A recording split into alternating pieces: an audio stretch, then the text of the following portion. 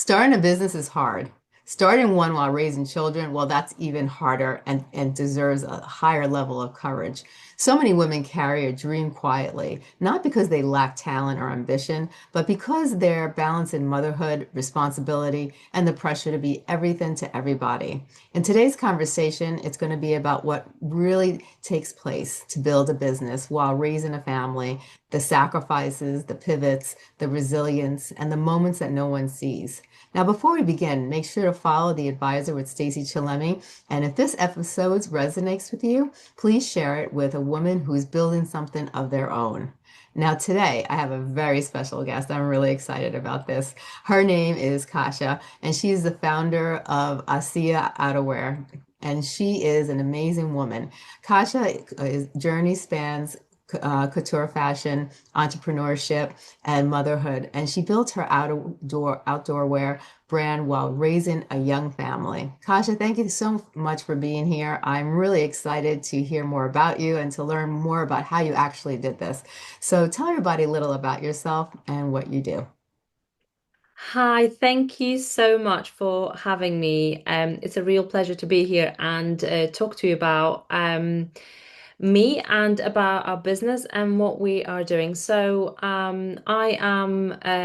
name is Kasia Bromley. I originally come from Poland, but I've lived in the UK for over 20 years now. And back in 2016, I started a business with my husband which is called ACAI Outdoorwear, and we it's a brand for women who love the outdoors, women's outdoor apparel. And the brand started from my personal frustration and rebellion against quite a male dominated space, the outdoor industry. And the fact that at the time, particularly, when I started in 2016, not many, if any, outdoorwear brands were catering for women. So that was one thing, and the other thing was the culture in the outdoor space. And I'll tell you a little story about how it started. So my background is in women's web design. I studied fashion at the Edinburgh University in Scotland, and then spent a bit of time in London working in high fashion, as you mentioned, in couture. I had the opportunity to work for Alexander McQueen. This actually used to be my dream, and this is what I always thought I would want to do. Having done that and experienced it, I realized that actually that career wasn't really the right career path for me. Uh, it was a brilliant experience, and I loved how creative it was. I got to make the butterfly dress that was worn by Effie in the Hunger Games movie, which was an amazing achievement. And I still get to tell that story. But after about you know 7 months, I felt really quite burnt out and realized how little connection I had with the world around me, because the job is really intense, as you can imagine. So I returned back up to Scotland and started spending a lot of time up in the Highlands hiking. um I often found myself in the presence of a male hiker. So I had a boyfriend at the time who was a mountain leader. So he was training up in the Highlands. So often him and a few of his friends, we went out hiking, which was great. And one day, one of his friends sort of looked at me and said, "What are you wearing?" I was wearing a pair of leggings and a t-shirt and appropriate footwear. But Yeah. because I didn't look like your traditional hiker, it raised eyebrows. I didn't wear the traditional jackets and big oversized over trousers. And that moment was a bit of an epiphany.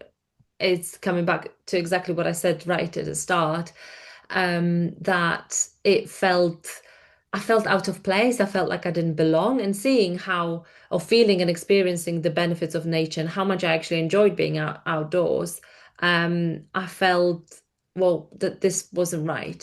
And looking around, I saw that, outdoor apparel, outdoor clothes for women were a bit of an afterthought. There was a bit of a pink and shrink mentality where outdoor brands, their main focus was on menswear, and women's wear was simply an adaptation of menswear, of the men's bestsellers. But there was not much consideration going into the fit, the design for women.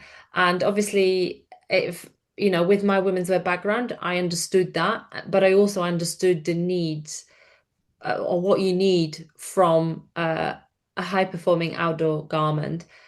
So it sort of became my passion, my mission is to not only create a brand that caters for women, but also create a brand that champions women and Right. inspires women to spend more time outdoors and enjoy the well-being benefits of it. And also to show that the outdoors is more accessible than we think. It doesn't need to be halfway up the mountain. It could be your local green spaces. And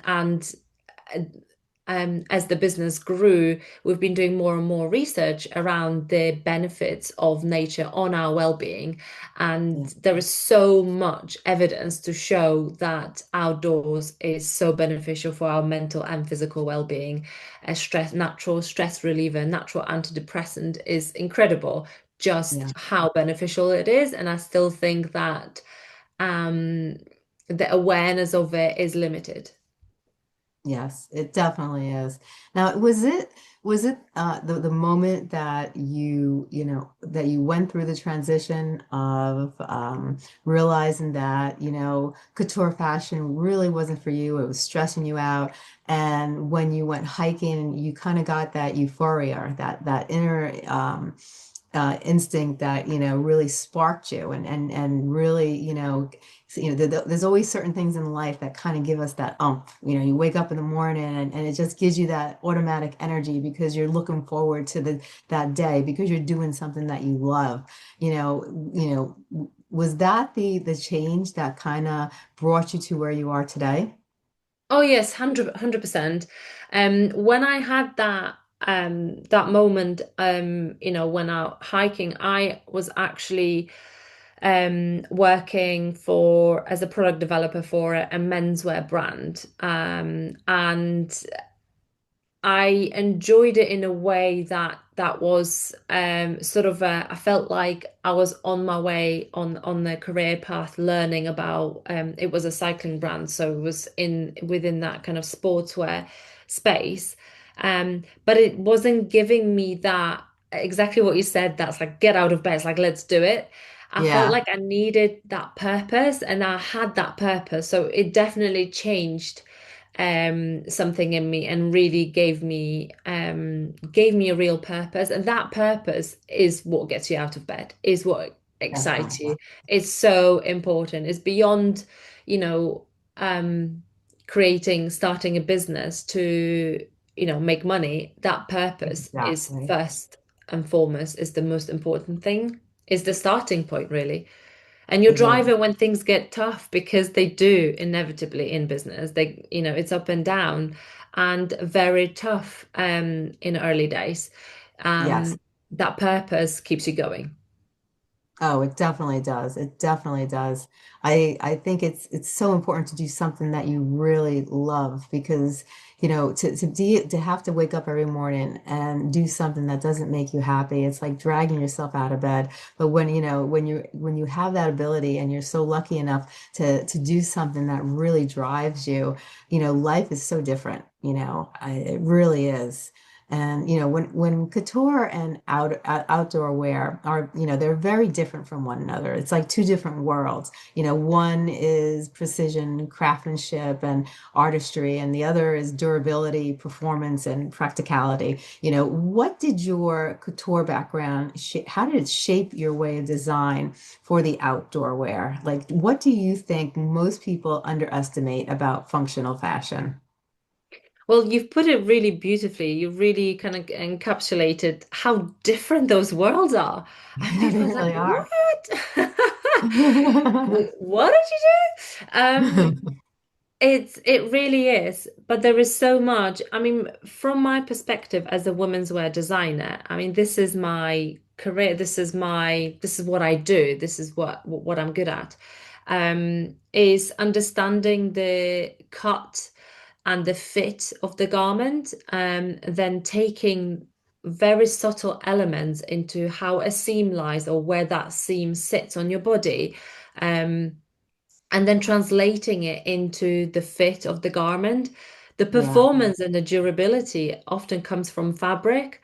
I actually did a dissertation at my university course on performance fabric. So I've always been really interested and passionate about performance fabric. I was really interested in what a fabric can do. I find that quite fascinating.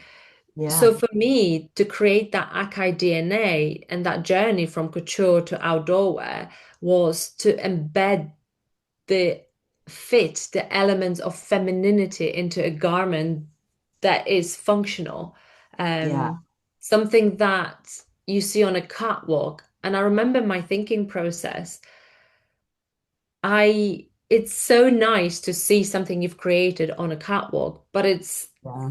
it's a completely different feeling and satisfaction when you've created something that makes your customer, the wearer, feel amazing, and Yeah. a garment that actually has a role in their life. So that functional garment that my customer wears on a daily basis to whatever she's doing outside, her lifestyle, it's actually that kind of usability and how that garment makes you feel. So it's Yeah. that kind of element of emotional attachment or emotional feeling that you get from wearing a garment. And that Right. includes comfort, that includes the confidence that you get from wearing a garment. Yeah.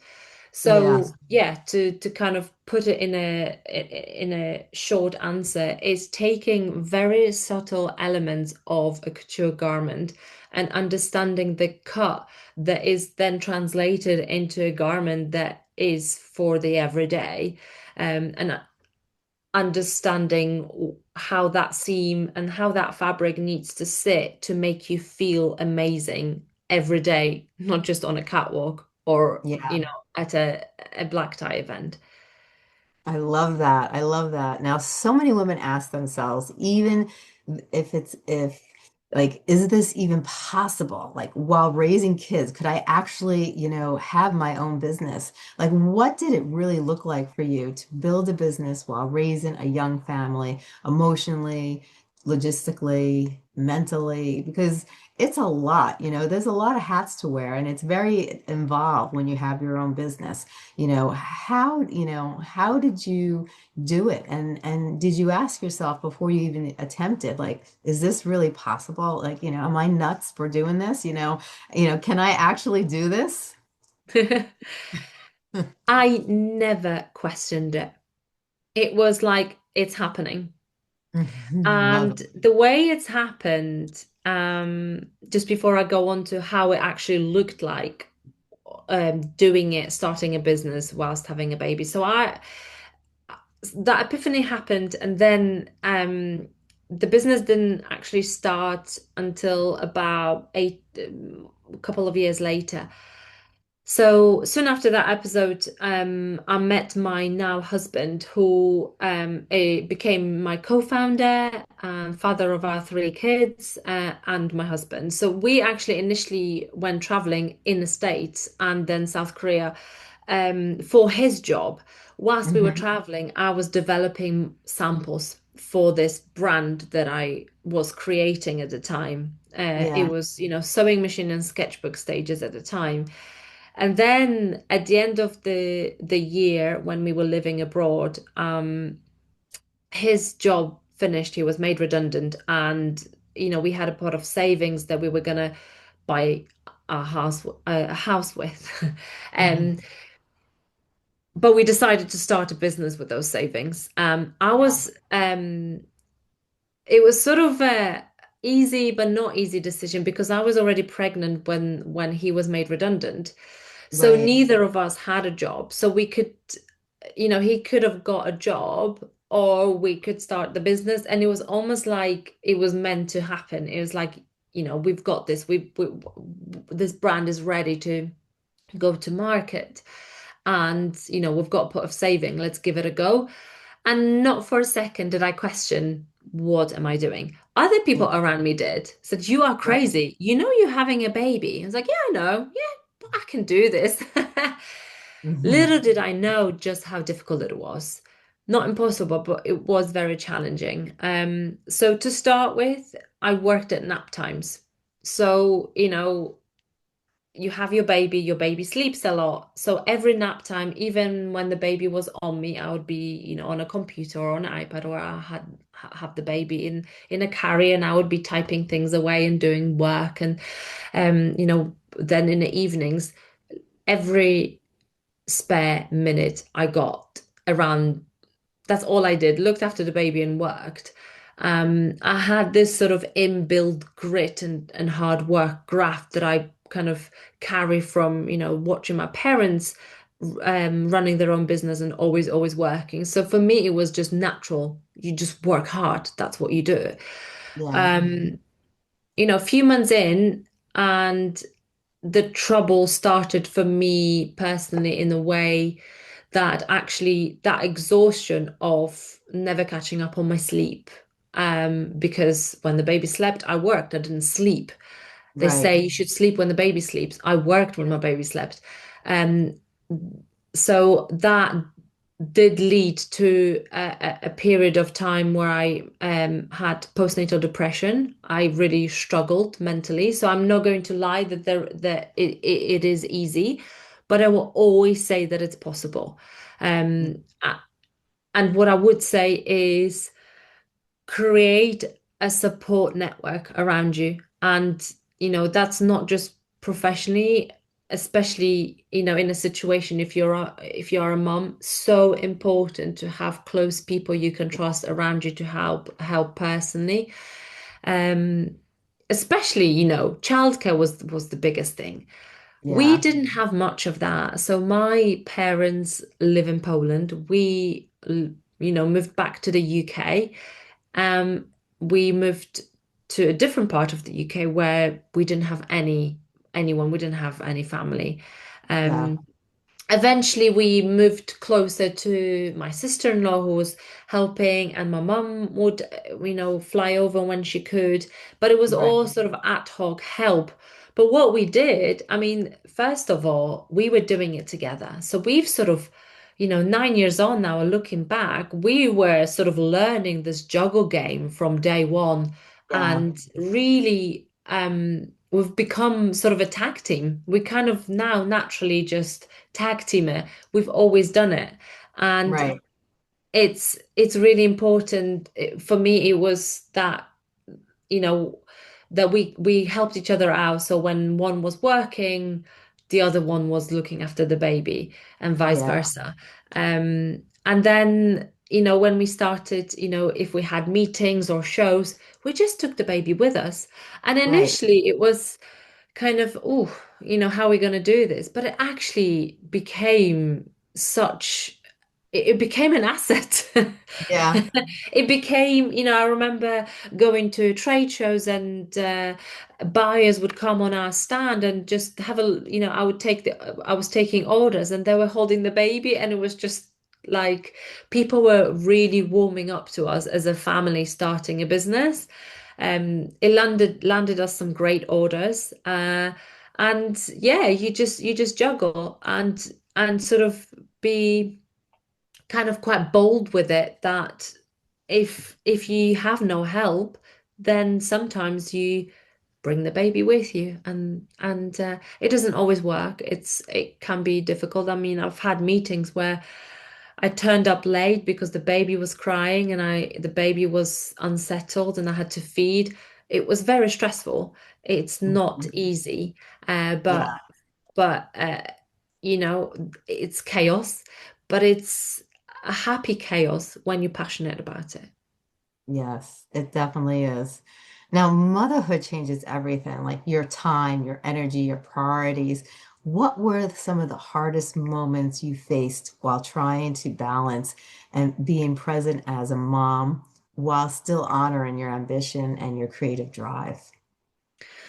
Oh, there was lo lots of them in the early days.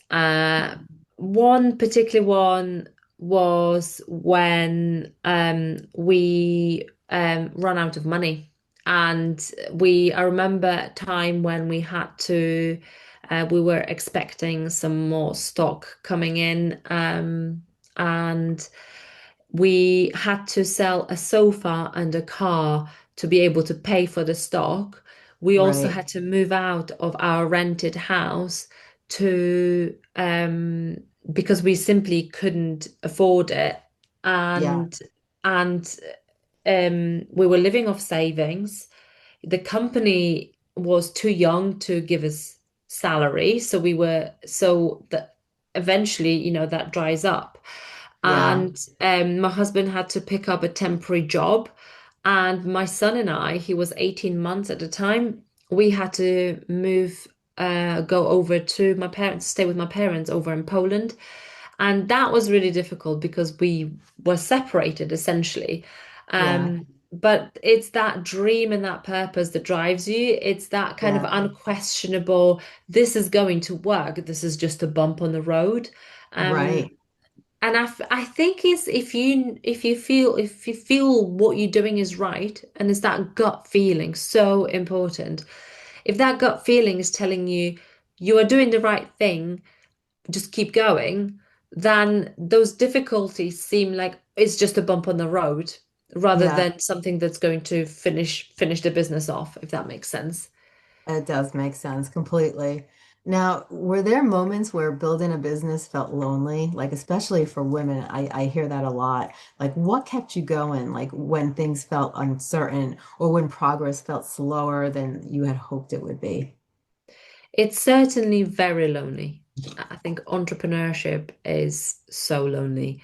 I And agree. again, it's coming back to that support network. We were lucky that we had each other, but we still felt lonely, Oh, yeah. even though we had each other. So I Yeah. can't imagine what it's like doing it alone, particularly as a Mhm. woman.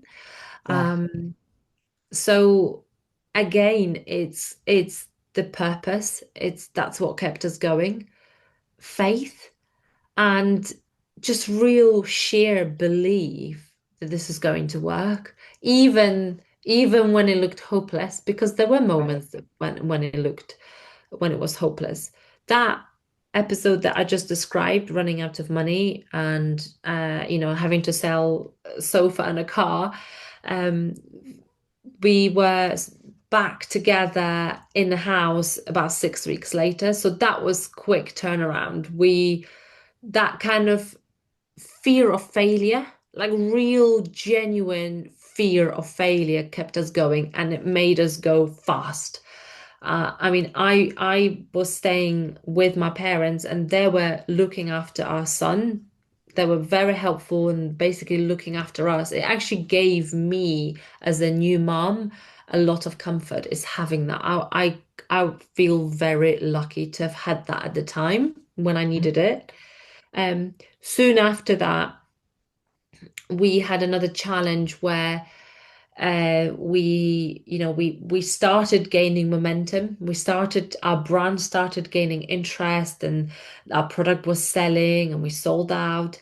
But even though that was happening, we still struggled financially to be able to pay for all of that stock. Yeah. Um, and a few months after that, we had to pay for another load of stock coming in. We actually had uh, already built a database of a bit of a following of people who were interested, who liked the brand. Right. And but then we realized we actually don't have enough money again to pay for that next batch of stock. Yeah. And the banks refused to give us a loan. They refused an overdraft. All options were exhausted. So then my husband came up with the idea to do pre-order. And because we've kind of been creating that sort of community and following, and um created found a pool of brand fans, relatively early on. Yeah. That was our last resort, and within 24 hours of launching the pre-orders, we made, early days, £10,000 to be able to pay for that stock, incoming stock. Yeah.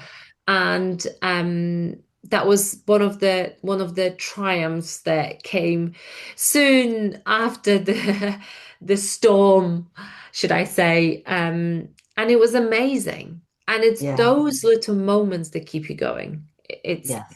it's the belief, and then when you have those little wins, I mean, that felt like a massive win. That Yeah. was, a turning point, that we've got something here.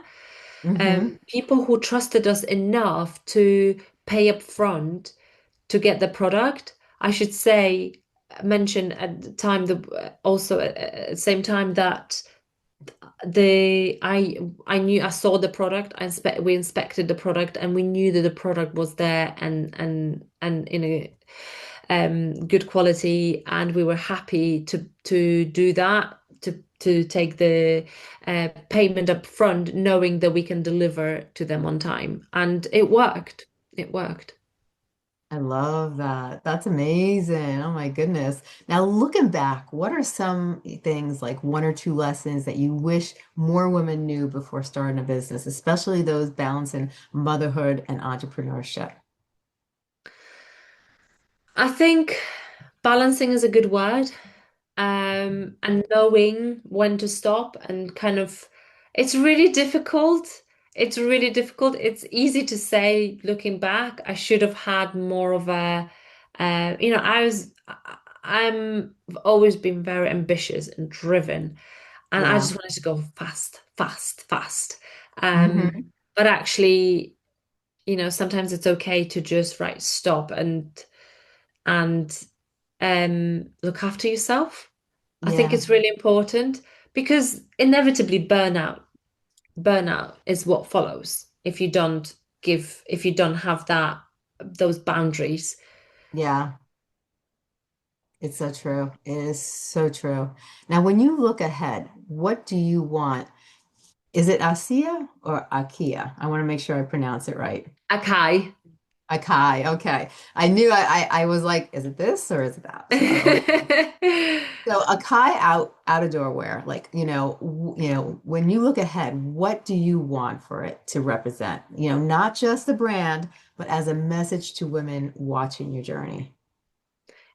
Is to represent championing women and inspiring them to spend more time outdoors for their well-being, both physical and mental. I'm such a great believer, and I've experienced it on my own skin. Hmm. And our big purpose is to do just that, is to Yeah. show that outdoors is all around us, and to Right. really empower women and show what's possible. Yeah. I love That's that. what ACAI stands for. Now, Kasha, what stands out to me the most is that your story isn't just about fashion or business. It's about courage. It's about adaptability. It's about choosing to build something meaningful while raising a family. And that's incredibly powerful. Now, if there's one thing you want mothers listening to remember when they doubt themselves, what would that be? Trust your gut, trust your instincts. As as mothers, we know what's best for our baby, for our children. We know instinctively. And it's the same with business. You know instinctively, your gut feeling is so much more powerful. And that's something that we did, but then I sometimes failed on, not always thinking that other people know better. But Right. does someone else know better what's best for your own child? It's kind of like, if you start a business, I mean, I still call it my baby, Yeah. my fourth Hmm. baby. Then you know what's best for that business. And Yeah. even if you're surrounded um, by amazing people, which I'm sure you will be in that journey, and we are surrounded by great people in the business, but don't underestimate your instincts. Yeah, I agree. I agree completely. Now, where can people find your outerwear? So we mainly sell online on acai So it's ACAI outdoorwear.com. And can they find you also on the internet? Do you belong to any of the social platforms? Yes, 100%. So we are on Instagram. Handle is ACAI Outdoorwear. My handle is Kasia Bromley, Kasia Bromley. That's my surname. And we are also on LinkedIn and on TikTok. I love it. I love it.